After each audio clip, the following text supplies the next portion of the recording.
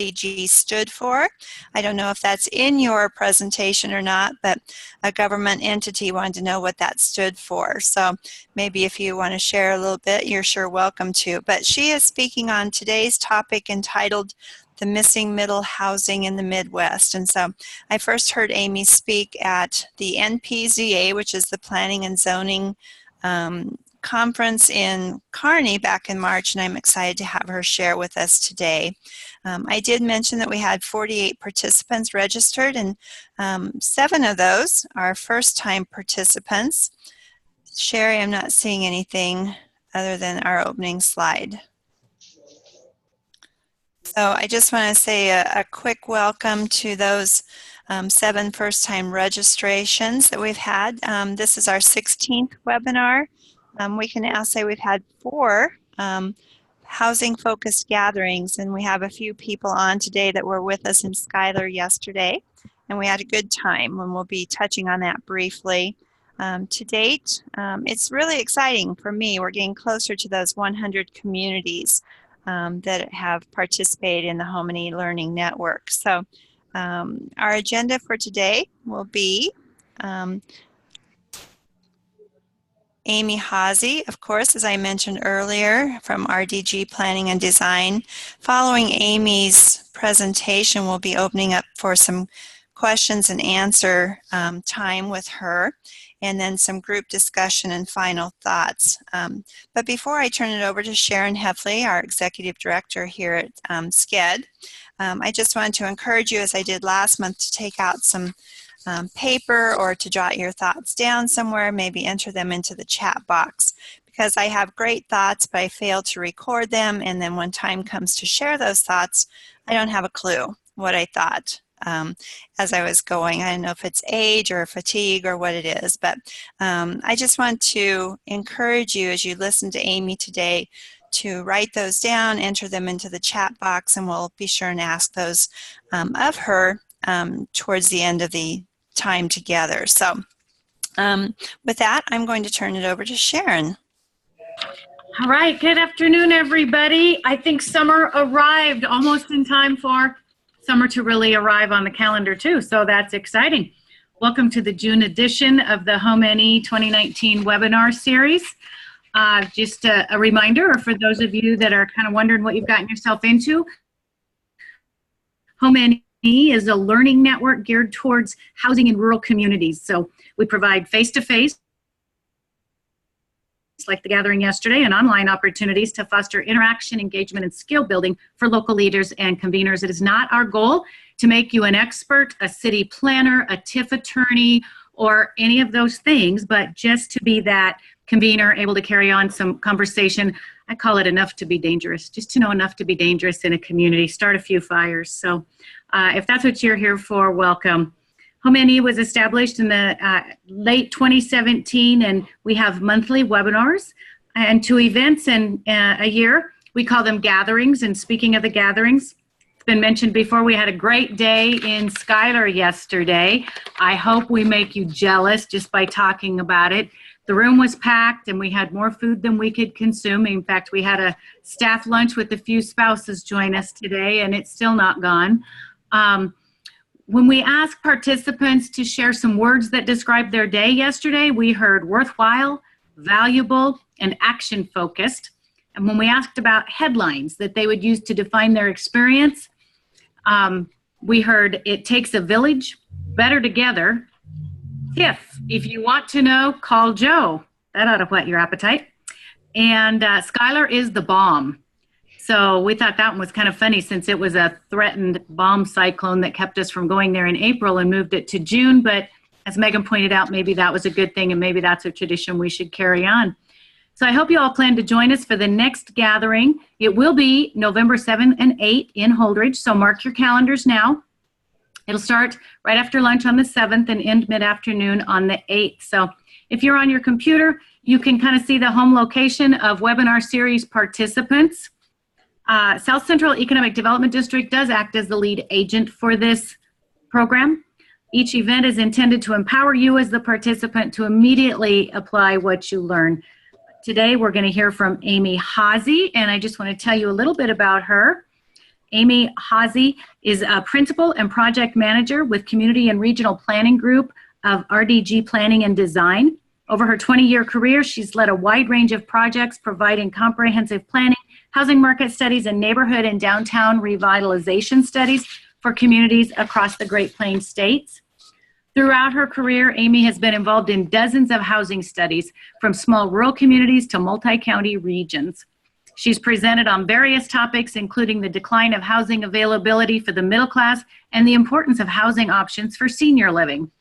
Amy's work is driven by a passion to work collaboratively to create places of meaning for all residents.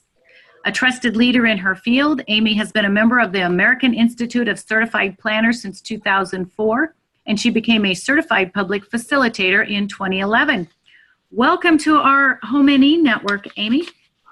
Great, thanks for inviting me to join you. This is great to hear. Slightly jealous too that I wasn't in Schuyler yesterday. Schuyler is a great community, and I actually frequently use them as kind of a case study and examples for other communities. So there's going to be a few things that we're going to hit on here that they are really demonstrating in the things they've been doing over the last few years. So great choice of a community to go visit. So again, thanks for having me. For whoever had asked, what does RDG stand for? It wasn't actually part of my original presentation, but I'm happy to do that one. So we just go by RDG anymore. Let me see.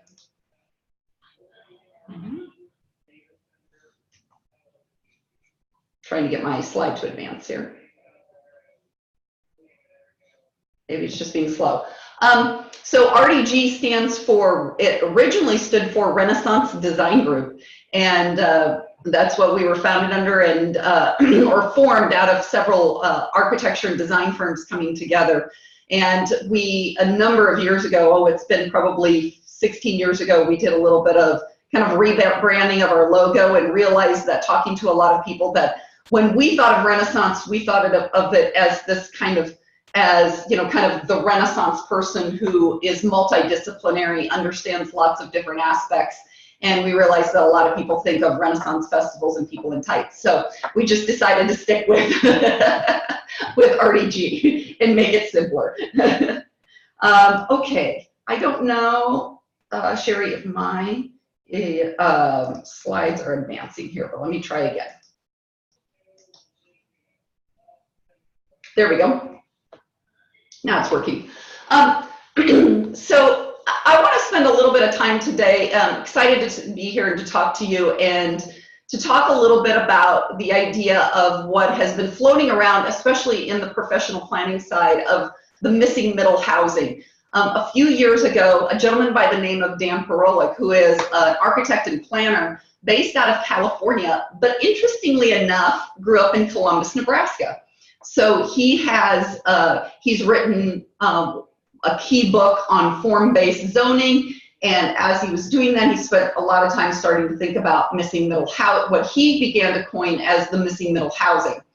And started to take a look at this and found it really interesting and started thinking about how there were some commonalities with what he was talking about, which tended to be a little bit more kind of East Coast, West Coast sorts of things, and started thinking about what that really meant for us here in the Midwest part of the state and in rural communities, which is a little bit different. So I'm going to spend a little bit of time talking about that. What are some of the differences? What does missing middle housing mean to us here in the Midwest? And then what are some things that to address that missing middle that we've been seeing kind of in the number of communities that we've been working with. So established this as a website. He chose not to kind of write a book on it, but set it up more as a website. And so in his view, what he saw as the missing middle housing was this chunk of housing that wasn't really being constructed. What they were seeing was a lot of detached single family homes, which is true. It's what we've been seeing too. But then on the other end was these mid-rise, high-rise, very high density multifamily. And I said, and they were saying all this stuff kind of in the middle wasn't being built. And I thought, well, that's kind of interesting. Some of that is true for us. We've seen a lot of single family detached homes, But I've also seen a number of communities who've been doing the duplexes. But there's a lot of that other variety we haven't been seeing in the market. So what exactly has been happening there? So when I'm doing this presentation in a room, I often ask people to raise their hands and tell me, how many of you have been seeing this built in your communities? Nice higher end homes, some townhome duplex sorts of configurations, but nothing that's kind of outside of these sort of two standard packages generally. And what we haven't been seeing, and I usually ask this too, is how much of this type of housing have you been seeing? How much downtown housing have we been seeing? Now that has been growing in some of Nebraska, at least in Nebraska, larger and mid-sized cities, we're seeing more of that being done. But I hear in so many rural communities that they think there's an opportunity for that in their downtown districts too. Little bit different multifamily configurations too, than rather than just kind of duplexes. Maybe if we're lucky, a fourplex. But I can't tell you how many communities we've worked in where they're like, well, the last time we had a multifamily constructed was probably the early 1990s. Pretty common theme. Small lot single families homes and live works and different townhome configurations. So just that kind of variety often being missing within the market. This often and all tied back to what we were hearing from so many communities about a shortage of affordable or workforce housing. And so I'd like to always start this off with, what does affordable mean? Because that's usually the first thing that we hear in communities. When you say affordable housing, especially at kind of a general public meeting, if it's individuals kind of who aren't traditionally in the housing realm on a daily basis, what pops into their head is different for everybody, I think, around a table. So I did realize I have a typo in this as I was reviewing this morning. But for some people, does that mean low-income housing tax credit projects like tech projects, which are 80% and below of area median income? For some, it might be Section 8 vouchers, which are 50% and below. And then it can just mean, to some, it just means, oh, those individuals who are needing down payment assistance. So what we've seen, and I'm sure all of you have seen over the last few years, is this shift to referring it, instead of referring it to as affordable housing, we've started to refer to it as workforce housing. So what does that necessarily mean? The other piece here, before we kind of dive into that, is that we realized part of changing that conversation to workforce housing was that we were realizing that affordable really is what's everyone's household income. That really is what affordable means. It's really based around what your household income, and it's not necessarily a specific price point. What we found really interesting is that in so many communities, and I'm currently working on a project in Indiana, so I've seen this from Indiana to Nebraska and the Dakotas and everywhere, that often we have a surplus of quote unquote affordable houses. So I use this little example here. Let me see if I can get my mouse to work. There we go. So this is a great example of, this was from Plattsmouth. And a lot of times we hear, and this reads left to right, so it looks at an income range, it looks at the number of households that are in that income range, the number of units that would be affordable for them in an owner-occupied setting, and the number of units that would be affordable to them in a rental setting. This is all census data. And then that number, the number of total affordable units, is compared with the number of households in that range. Well, frequently we hear, boy, we need more units, rental units that are affordable within the $400 to $800 range. We just don't have much of that in that kind of, actually it's probably more like $600 to $800 range. And what we find is that in a lot of communities that we actually have a surplus. So in this example, this is actually the range at which most of our units are in.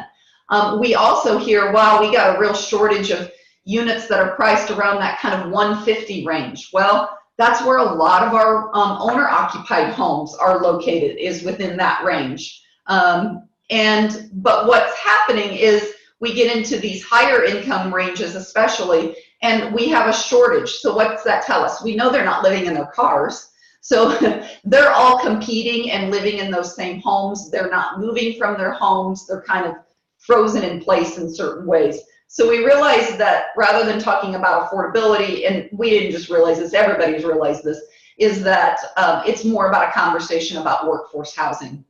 Part of that solution, but going back to our discussion about the missing middle piece, and why aren't we getting those houses built and those units built that fit the needs of this workforce, and that there's that can mean everything from our CEO to our service workers, and having the variety of housing options that we need to really fit their needs in that full kind of spectrum of what makes a healthy market.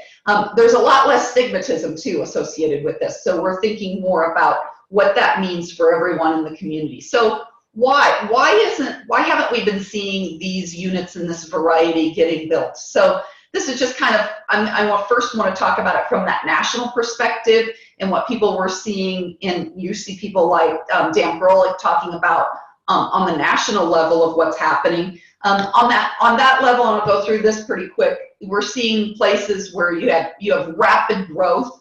A lot of that related to well-paying jobs that drives service workers often out of the market. It's driving up prices, making it difficult for them. You're seeing markets though that are just kind of going crazy, that are choosing to actually that even what we would consider better paying jobs. So, you know, I know people out in the San Francisco area that say, as if you're an architect or two architects, you can't have more than one child and still afford to live in the Bay Area. Or you have to have a spouse who's in the tech sector to really be able to afford in that area. So we think of it often as service workers, but it's growing beyond that. I think, I will say as a little side note, this is my however, and I think I shared this at the NPZA conference. Around that time, I had somebody reach out to me from California who was city shopping and interested in Omaha purely because of cost of living, quality of life, and just kind of tired of it. So maybe that we have this great opportunity to capture this national issues that are happening with some of the great resources we have here. The Great Recession also created some pent-up demand. So going into this last decade, we came out of that recession, and now we have this kind of pent-up demand that was occurring along with a lot of millennials coming into the market.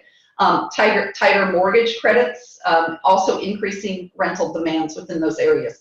Construction costs increasing, location, land prices increasing, which is actually interesting. We did, in the early part of this decade, we absolutely saw that in so many communities where the farm market was, the ag market was doing very well, and land prices were going up, making it difficult to find land for new development to be occurring. We also, in so many communities on a national scale, had zoning that really favored single-family homes. So it's been quite the buzz of lately. In the last year, the city of Minneapolis passed their new comprehensive plan. Now, this is just their comprehensive plan. They don't have this in the zoning ordinance yet. But they have decided to get rid of single-family zoning, or that's the recommendation of their comprehensive plan, is to get rid of single-family zoning. So that's going to be really interesting to see how that begins to play out. So what does this mean in the smaller markets? What are the causes for this not having this missing middle housing in the smaller markets? Well, there's some things that were similar. We did have the tighter mortgage credits that slowed the market earlier in this decade. We had pretty low construction activity to begin with going into the recession. So the recession really, just took an extra hit on that. In a lot of places, we do have we see instances where we have zoning practices that really favored homes that do require us to build a $200,000 plus home, and that's about the only thing that we can get done. We're seeing some changes on those happening in a lot of communities. Just builder capacity too, as all of you are perfectly aware of. Probably our median age for contractors, I haven't heard what it is here in Nebraska, but I'm guessing it's very close to retirement age. I heard a statistic working in Indiana, somebody shared one from the Chicago area, that their median age for many of their, I don't remember if it was plumbers or electricians, but was well into their mid to late 50s. So we have a labor shortage crisis going on there, and a capacity happening there too. And we also, coming out of the recession, we didn't have a lot of the risk takers. My generation, the Gen Xers, didn't necessarily get into that area. We also have that also further pushed a lot of our builders to become more specialized. So they build single family homes. It's what they do. They're really good at it. We need them to continue to do that. But we also have to understand that they're not going to necessarily turn on a dime and change their business model, especially if you're somebody potentially in your late 50s, 60s, maybe even older. You're probably not going to, at that point in your career, change your complete business model to something different and take on something that's viewed as riskier. So we have to understand that piece of it. There's also, in our rural markets, there's also a lot of times smaller profit margins. So custom building homes is safe. They know they can get the profit margins that they need to make a living, lower risk for that reason. The other piece of it, and we talked about this a lot in Schuyler over the years working with the city of Schuyler, is about the undervalued market. And I'm going to talk a little bit more about that here in a minute and the impact that can have on your housing and getting new construction done. That also plays a big risk and impacts the rise in values impacting our ability to flip. Everybody loves to watch HGTV, right? I know I do. Love to watch it, love to watch them flip houses. But you know, when you're in a market where values are low to begin with, you have to say to yourself, can I put $20,000 to $30,000 into this house, and could I get that back out plus some to make a profit to do the next house and to make a living? So if you're in the business of flipping houses, it's not just getting back out what you've made, what you put into it, but you got to make money too. It's a business. And if our values are low, that makes it even harder to do that. So we see some regional issues too with wage stagnations. It was interesting. I'm working on the housing study. I think I mentioned this in a region in southern Indiana that includes Bloomington, Monroe County. And I was just looking at these numbers before this call, so this is really interesting. I looked at the range between 2012 and 2018 for home sales, and that rose by 30% for them. In that same time period, the census was estimating that incomes rose by 18%. So that is a common thing we've seen here coming out of the recession. We had a number of years of basically stagnant wages, while those costs of housing maintenance, housing upkeep, new construction, all of those things continue to increase.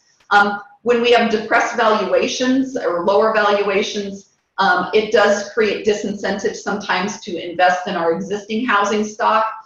It can cost sometimes, this is where it can be really challenging. It's really easy to look at, well, wow, you know, houses are really affordable or really low priced in this community. But when they get so low, we reach a point where can we build a new home and get it appraised at what it costs us to build it?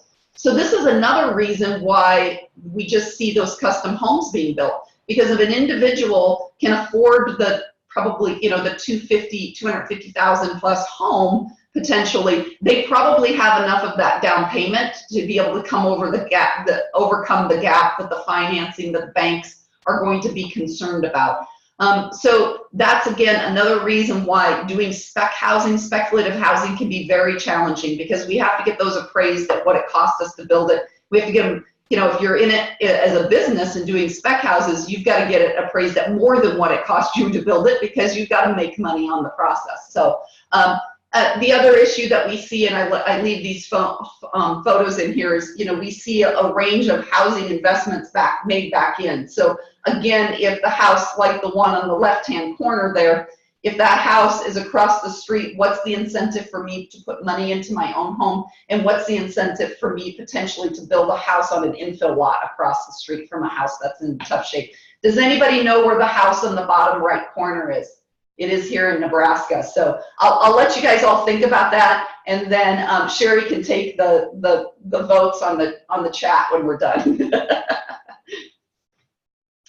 So what does this cause? All of these things, what's happened? Well, it's caused, in a lot of communities, what we were seeing, this is starting to break a little bit, this logjam, but we saw a lot of stagnant mobility.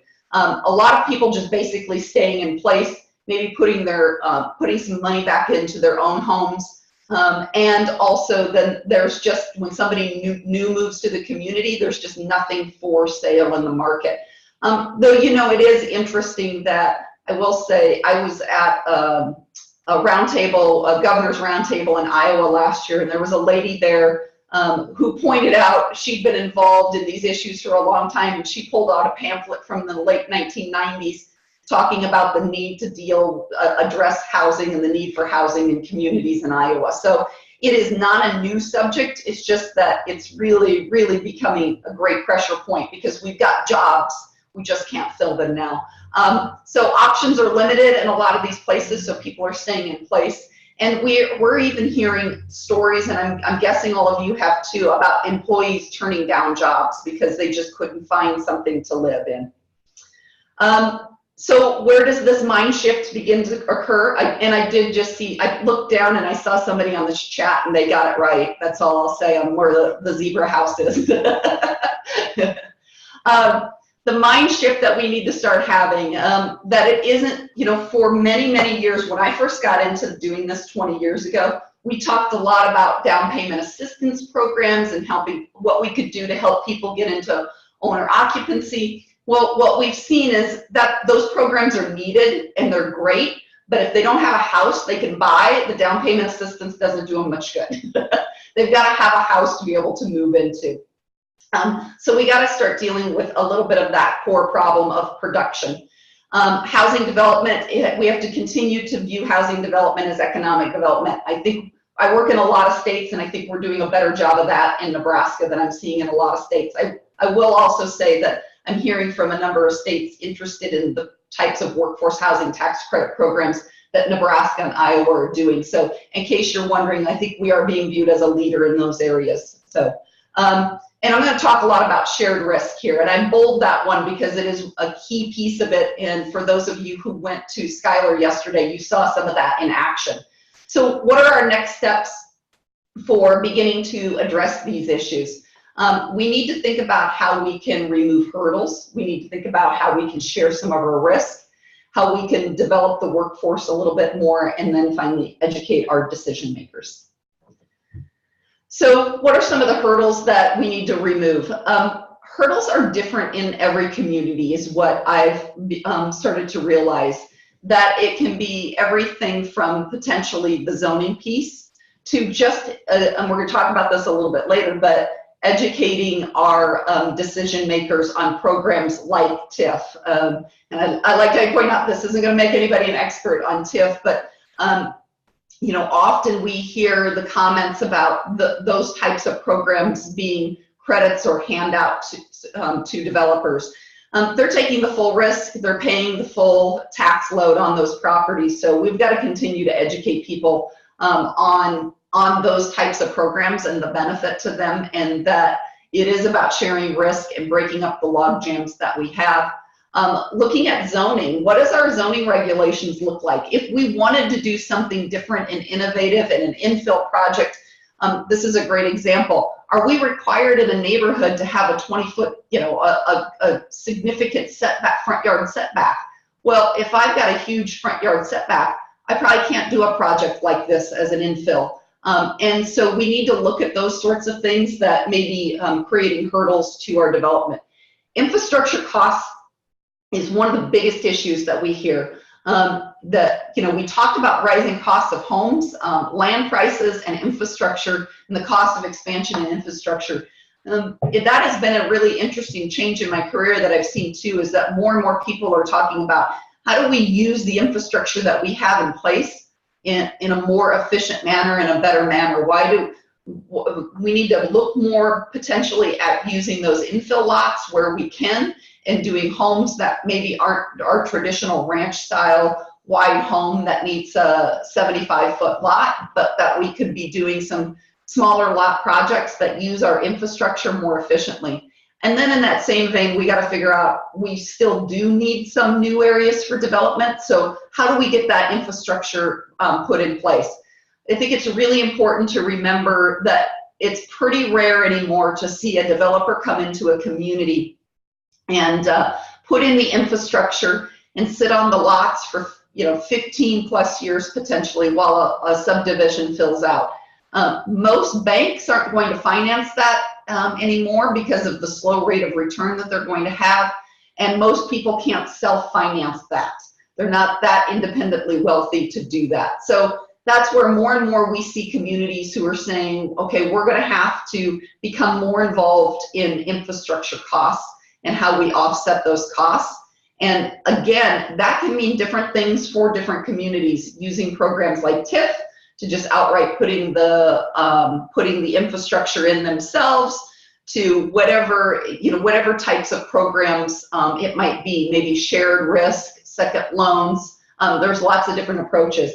And then finally, the issues related to gap financing. This can be a big hurdle. So that goes back to, our median home value in a community is $109,000, or maybe even less than that, $90,000. And it's $180,000. It's double that to get a new home constructed in our community. There's going to be a big gap there potentially between what that home costs to build and what the appraisals around it are coming in at. So how do we sometimes fill that gap and share the risk and begin to elevate the market? That's actually that's a discussion a lot within the Schuyler market. For those of you who attended, I'm sure you were super impressed by the superintendent there in Schuyler, and great conversation with him and the units their students are building, and his realization of the fact that they're doing a great thing by adding units to the market, but he also realized we're doing it at cost basically, which isn't helping elevate the values in the market and not helping fill that gap within the market. So hopefully as those homes sell, that'll help alleviate that a little bit. So sharing risk. About a year or so ago, NYFA held a workforce housing conference, and I said, I think over the day or two, that was the phrase of the day that I came away with, that people talked about, was how do we share risk? Again, it's going to be different for every community. We need to find demonstration projects that can help begin to kind of set the market. And we also need to get different stakeholders involved in some of those risk sharing. I will say when you do a demonstration project, one of the things that I've seen is we have to be very cautious and thoughtful about how that project is done and where it's located. So the thing I always say is if we're going to share risk and do a project with a developer, think hard about where it's located and what the product looks like. So I'll give a couple examples. In a community in Iowa, they did a little kind of townhome duplex sort of project. One did okay, the other one really struggled. Well, when we went and drove down the block, it was on a pretty tough block. The homes around it were in pretty tough shape, so it was really struggling to sell. Well, so people looked at that sometimes and said, well, that product didn't work here. Well, was it the product or was it the location where the product was done? So that's a great example of being pretty strategic. The lot might have been easy and free, but we have to realize then that there are going to maybe be some certain hurdles that we have to get over in the selling of that product. The other one that I've seen in a community, even here in Nebraska, was, again, it was some townhome units, and they were, I described them as boxes with windows, and they had a very odd layout. So they struggled to kind of sell, and so it's another great example of that, kind of just thinking about the product. It's a good example about having all of our stakeholders at the table. That's where we should probably have our realtors at the table and talking to them about what are the things that we should have in a product and in a unit that you think people are looking for that won't, yeah, we're not going to do heated floors everywhere, but what are some of the things that is going to have that cuteness factor? If those of you who attended the NYFA conference last year, I think there was a presenter that talked about a lot about the cuteness factor that homes need to have when you're trying to try out a new product. Different stakeholders will share the risk in different ways. So the city might be sharing risk on the infrastructure piece. employers might be assisting with down payment assistance, or we've even seen employers who are providing land, and they don't want to be the landlords, all the way to out in Jonas, out in Kearney, actually built a multifamily units for his employees. They have, my understanding is they have the first right to those units. So there's a full range of spectrum that employers can play. Economic development groups that can help kind of in the nonprofit world or realm, are realtors who can play a role in getting units and helping market units, potentially in sharing some of that risk of maybe if we're doing a new product, of maybe reducing their fees on those first few just to show that the product can sell and get into the market, and then maybe that can change over time. But ultimately, everybody has a role. So we also need to think about developing our workforce. I talked about this a little bit earlier. We got to broaden that definition. Sometimes we think about it sometimes as our welders, and I think we're starting to do that more and more. And the interesting part here is skilled trades are needed in every industry. Working in a region that had a large resort, and the managers and owners made the comment about the percentage of their employees who were skilled trades. So it's not just that the need for those skilled trades in our home building side, but really in a lot of different industries. And then continued support for rehab efforts. Your best source of those affordable homes are the homes that you have in your communities today. So we got to continue to put money into those homes, stabilize them, keep them as good, healthy, safe options. And we have to develop the workforce that's interested in doing that type of work too, because that can sometimes be challenging to find somebody to come in and work on your house. And then finally, we need to continue to educate our decision makers. So we got to make sure they're understanding that housing is economic development, that if we don't have a place for people to live, they're not going to move there. One of the things that I've been talking a lot about lately is, and this goes again to a little bit of that mind shift, I would say probably, maybe I have my dates wrong here, but my sense is a lot in the late 1970s and early 80s, and maybe in later after that, we saw a lot of communities putting money into industrial parks. You know, we're going to get the industrial park ready so that when business comes, we're shovel ready. We might even do a spec building for that business to come to do that. Well, we're going to maybe need to start thinking about housing development in kind of a similar way. That in the same way that if you don't have something ready, especially as it relates to the infrastructure, it's going to be really hard to get them to come build houses, for somebody to come build houses. So we need to start thinking about that in kind of the same sort of mindset that we had back then. Adding tax valuations through residents who live in our community and pay not only property tax but sales tax is economic development. So we've all lived in different housing types, so we've got to get past that mindset that some individuals have, that we want our owner-occupied housing. That a lot of times, you know, I'm guessing we can all raise our hand here and say that at some point we lived in a rental.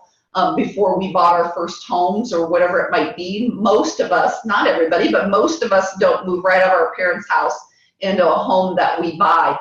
Interestingly enough, that's probably happening more because there isn't anything to rent. So kids are staying with their parents longer and saving up to buy homes, especially in markets where valuations maybe are a little bit lower, and rental and a mortgage can be pretty affordable. So we've got to be pretty supportive. The other thing that I talk about, especially in areas where the housing market can be very regional and we've got people driving good distances, is that we see a lot of people who, if you don't find a place in that community where your job is and you end up in one of the adjoining communities, pretty soon that's where if you're not married, you often are going to find maybe a spouse there. Or if you are married, your kids are now in the school district, you've joined the church, you've established roots. And if that job if a job opens up in that community, that's a lot of times where you're going to move to. What we have found over the years too, and this really was highlighted to us working over in Muscatine, Iowa, which has an unbelievable manufacturing base, but is really close to the Quad Cities. The commute piece and the turnover to individuals in their management level employees was not a big deal to them. It was their hourly wage employees that if they were having to commute from the Quad Cities and they could get even a small raise for a job in the Quad Cities, they'd take it and leave that position. So that's where they were seeing that turnover and needing that. So if you can capture those employees in your community, your chances of keeping them on staff are higher. Again, probably a topic that was brought up yesterday with the superintendent and Skylar. And then there's a lot of economic benefit from having that mix of housing types. Again, we used to sometimes refer to it too as having housing for every stage of life, from starting out in the housing world as a renter to your first time home to your next level home for your family to downsizing as you're an empty nester or senior. And having that option in your community, kind of having a healthy cycle that you can stay in your community at whatever stage of life you're in, is really important. So happy to answer any questions and have some discussion. And the town, whoever got it right, it was Bassett. Yes, thank you. A couple people mentioned Bassett, so I've even seen one. It was kind of a white, and then it looked like it had mud splats all over it in another community, and that was the siding that had been chosen. So I think the Zebra House has it beat. But thank you, Amy, for great information, and we will open it up to some Q&A. We had put some questions out on the group chat as you were chatting, and a couple people, we asked them to identify some hurdles that might be in their communities. One indicated that in their community, people holding on to land or vacant lots and expecting an unrealistic value on the land. And another one mentioned that 900 square foot minimums for single family residential, I believe, was a hurdle. Correct me if I'm wrong on that. But so one thing we learned about today, and as you're thinking of your questions, I had a couple here just to get us started. But you talked Lori, I had a comment too on a hurdle. Bad access to the lots, building on hills. It's also hard to build a new house next to an old house ready to be torn down. Right. And what would the value of the new house be in 3 to 10 years? Okay. Yeah. Okay. I'll take that one as a little bit of a question, and that's why a lot of times in a lot of communities when we talk about that, we talk about being kind of picking areas that you really want to target and focus on. So combining some rehab dollars with removal and kind of elevating, right, lifting the tide for all of those. So one of the things that we talk a lot about sometimes is a housing strategy, especially on an infill that isn't necessarily scattered, because it doesn't necessarily build the momentum. You know, you do a house here, you do a house here, and you do a house there, where if you can begin to kind of focus some of your attention sometimes on an area or a block, it really makes people start to say, wow, there's something good happening there. We're seeing some momentum, some things change. That can be really helpful. Okay. You touched on it, Amy, but as you were talking about depressed valuation, talk to us just briefly. What are some practical steps a community could do? Many of our rural communities in our district and throughout the state are populations of 1,000 or less. Homes that are large are selling for maybe $125,000, but to go in and build some new housing in that town, to build a house that size or smaller, you're going to pay probably double for something like that. So talk to us briefly about maybe what can get done to start the momentum, you know, when you're faced with that kind of appraisals or prices. Mm-hmm. Well, you have to start to kind of figure out how can we start to create some comparable priced units and getting some of that new construction. And so how do we start to fill that gap? It can happen in a lot of different ways. I will point out, and I'm going to come back and talk to this in a second, That same gap happens on the rental side. So if you have a market where your median contract rent is less than $500 a month, to go in and build a new multifamily unit that's going to need $1 a square foot or more is really hard to do. We're going to have that same gap. So we'll talk about that here in a second, and there's a great example of that. So on the ownership side, one of the key things I think sometimes is it's kind of a combination of things. How do we begin to elevate home values of maybe some of our existing homes? So especially in areas where homes are a little bit more are in poor shape, how do we get some maybe rehab dollars investing and elevating the values of those existing homes? And then how do we begin to fill the gap on some of that new construction that's potentially happening? One of the ways I usually recommend is how do we pool funding? How do we bring some funding sources together? That could be our major employers, our banking community, whatever it might be, to pool some funding that can then share some of that risk in financing those homes in the initial construction. And once we start to get a few of those on the market, it hopefully starts to provide some other appraisals or price points that can help with that a little bit. And so that's usually one of the key ways that we think communities are probably going to be able to begin to address that gap, because we're not probably going to get state or federal dollars to figure out how to do that. It happens maybe a little bit with some of the workforce housing tax credits. It'll be interesting to see how some of those homes begin to help with those price points, and that might be somewhat helpful. But that's probably the biggest thing. The other piece of it too, to help reduce a little bit of that gap, goes back to how do we control lot costs. So how do we bring down the initial cost of that lot? If that lot ends up being 20% of our final home value, a $50,000 lot, we're not going to be able to build a $150,000 home on it. So what are some of the things that we're going to do to bring down that initial lot cost? And that's where you see communities getting very involved in the lot development. And that's where a lot of times I do encourage them and say, you know, if you're going to be involved in lot development, you got to make the choice between, we're going to let them build anything, we just want something built, especially things that are going to be at a little bit higher price point, or are we going to say we really want those homes to be within a certain price point?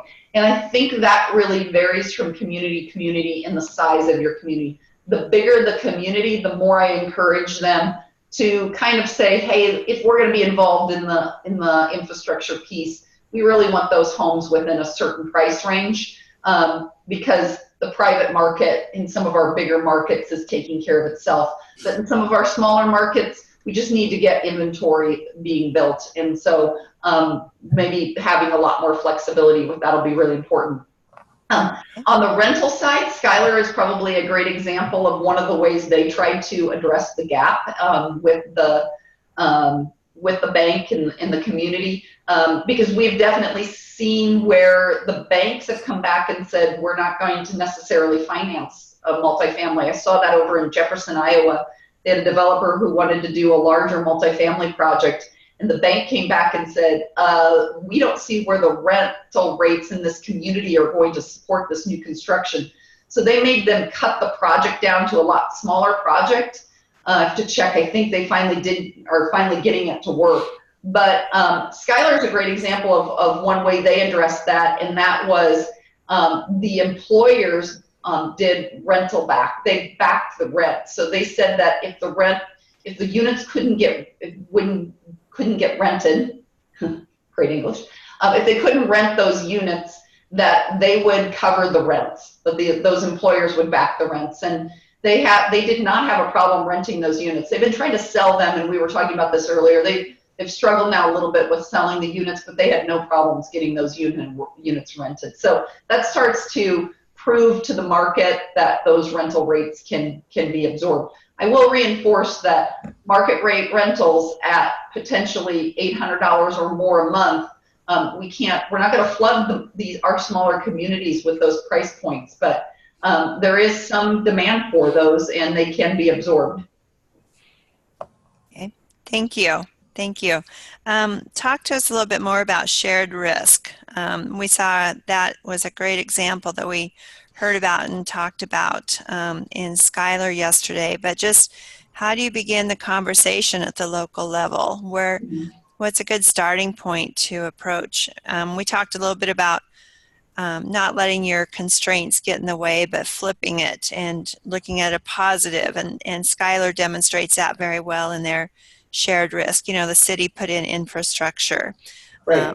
that sort of thing. Talk to us a little bit more about how somebody might begin that conversation.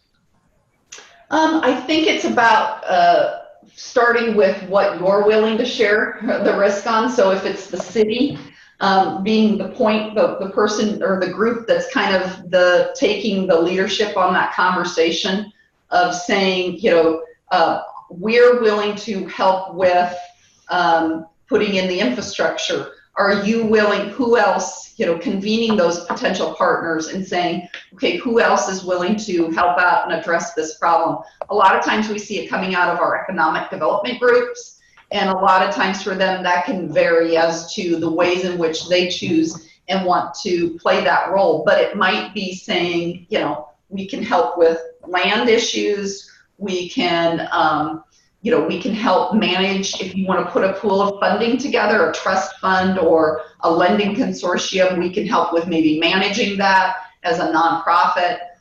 So I think it all depends on who's starting the conversation, and I think it probably has to start with what are you willing to bring to the table as part of being part of taking the risk. Because again, I think it has to be a lot of people, a lot of organizations, a lot of people coming in and saying they're willing to share the risk. We can't always just necessarily go out and say, how are you going to share the risk and not put our money where our mouth is. Okay, perfect. Does anybody have any questions for Amy before we transition? If you do, feel free to open your microphone or use your chat box.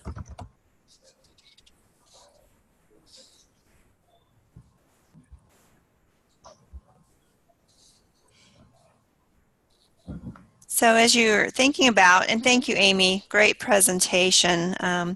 What's a takeaway or an item of interest for you today as you listen to Amy? What kind of bubbled to the surface in your thinking, or something you might want to try in your community? What's a good first step for anyone on the webinar today? You know, I think something that I definitely heard from Amy and certainly heard yesterday in Schuyler is just that bringing everybody to the table. I think too often I sit at my desk anyway and think, how am I going to solve this, when it's not mine to solve. And if you put everybody together, somebody said yesterday, it takes a village, and that's really, really true. Bringing that together, maybe the employers will help solve the problem. And you know, too often we think the school won't, but Dr. Hazing, the superintendent at Schuyler, really, man, they do a lot of incenting of teachers, incenting of a variety of things, because it comes back to them. And that was really eye-opening for me to remember to keep bringing all those people to the table. Yeah, just in those lines, Megan shared that as we were talking about shared risk, she started making a list of new stakeholders that she can bring to the table. So yeah, good thoughts. A question that was just sent to me, what are and where would you get rehab dollars for redoing a city block? Amy, would you like to address that? Traditionally, where we've seen rehab dollars coming from two different places, CDBG funds are quite common. But we've definitely seen communities who will leverage local dollars too, that they'll put into a pool. I believe Wayne has done that here in Nebraska. They actually dedicated some funding towards rehab type programs.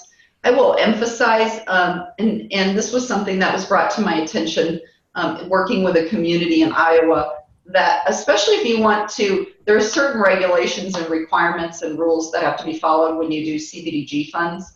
If you're going to do it at a local level, I would definitely encourage to think about how you want to monitor what's done, what gets done. I had a community over in Iowa that pointed out that they felt like a previous program had turned into just kind of band-aiding houses that were really probably, putting a new roof on probably a home that had some structural issues. And so making sure that you do have some guidelines to follow. There was something else I was going to add to that. On the other thing about thinking about that, sometimes that can sound like something that's a hard pill to swallow for a local council member of why would we put money into this? People own their own homes. They should be taking care of them. I mean, you're not just going to give it to them. It could be a payback. It could be a low interest loan. It could be a no interest loan. It could be a grant. The other piece of it that we often, and this ties in with lots. If the city controls a lot, if the city demos a property, I always highly suggest that they get control of the lot. Somebody mentioned that there's lots and pieces, parcels that people have that they want a fortune for. Or I've seen where even communities do it. They take down a house and then they want to recoup the cost of taking down the house in the sale of the lot. And my reply to that, and it would be a little bit that way with some rehab programs, just give it away. You're going to, if done right, and you get something built there or you get a house rehab, you're going to increase the value of the home, which means increase property tax returns, which is how you're going to make your money back. You're going to make your money back as a community on the increased valuation that you have as a community, that your school district now has by having increased valuation from something that was based, a $30,000 home that's now maybe worth $60,000 or $80,000. I mean, that's a recoup to everybody in the community. And as a city, you can recoup that money over a longer period of time than the private sector ever can. Okay, good. Thank you. So as we're approaching 3 o'clock, I want to honor everyone's time, but Amy has agreed to make herself available for further discussion. So Amy, would you want to give us your contact information? Sure. Happy to answer any additional questions or have longer conversation. So probably the best way, two different ways you can reach me. My phone number is 402-449-0840. Again, that's 449-0840. You can also reach me via email. It's a great way. I do travel, but so email's a great way to reach me, and that's ahaase, that's 2 A's and 1 S, ahaase, HAASE, at rdgusa.com. And if you miss all of that and just want to find us, we are on the web at rdgusa.com, and you can find me there and click probably on my picture and get up my email. But the email again is ahaase at rdgusa.com. Thank you. And Sherry has put those in the chat box for everyone to note and to jot down too. So as we kind of move to the end of our webinar, I just wanted to mention you've heard a lot about Schuyler, and if you weren't there, you missed out on a tremendous day. We had about 35 people that joined us there, and we had a full day. We heard speakers on the topics of tax increment financing, self and community leadership, and also saw firsthand many of the wonderful things that are going on in Schuyler and all the success that they're having from sharing that risk and coming together as partners. One of our morning speakers talked about it's no longer about the chicken or the egg, which comes first, because that, I think he said, that conversation is done. It's really about all things have to come together at the same time. So, and Schuyler was a great example of that. They just all brought what they could to the table, and they're achieving great success. So we want to tease you a little bit. Our next fall gathering is going to be here in Holdridge on November 7th and 8th. As Sharon mentioned, it'll be starting the afternoon of the 7th and continuing on through early afternoon on the 8th. So we will be opening that up for registration probably in a couple months, but mark that on your calendars because yesterday was amazing. And as tired as I am, I'm already looking forward to our fall gathering. So Phelps County Development Corporation will be helping put that on, and we'll be seeing a lot of the great things that they're involved with. So as far as our next webinar, that's going to be coming up here on June 18th at 2 o'clock. Our local time, and we're going to return to that topic of leadership, and it's kind of a tongue-in-cheek topic, but community leadership again, really, but different approaches to community leadership development from high school students all the way through the adults. And Andy Long will be speaking. He is the executive director of the McCook Economic Development Corporation, and he does a program called Cultivating Rural Leaders, and that's really going well in the southwest part of the state. So I'm looking forward to that and hearing from him. So change those calendars, talk to us, let us know that you want to be part of that webinar too. And if you have ideas for future HomeNE webinar topics or gatherings, please let us know. We have an advisory council that helps us with that, but we always welcome great ideas, and we got a few from yesterday as well. So we are looking forward to next month's webinar, and Megan Spargo will be joining Andy to talk about Bankelman's leadership program. So Sherry has put both my email and Sharon's email in the chat box. So if you have ideas that you want to share with us, please feel free to pass those along. So circle July 18th on your calendar. It's going to be a great webinar. So with that, are there any last comments or questions? Amy, once again, thank you for joining us and taking time out of your day. So any last questions from anyone? Okay, if not, thank you again for all of you joining us, and have a great rest of your day. Thanks, guys. Bye-bye. Thanks, everyone, for Thank letting you. me join. Thanks, Amy.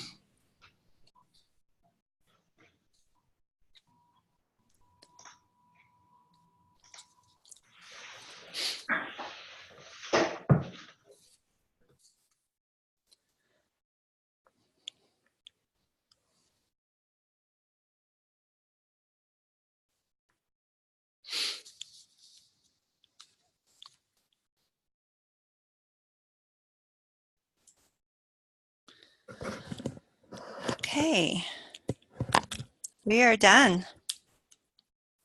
You're muted.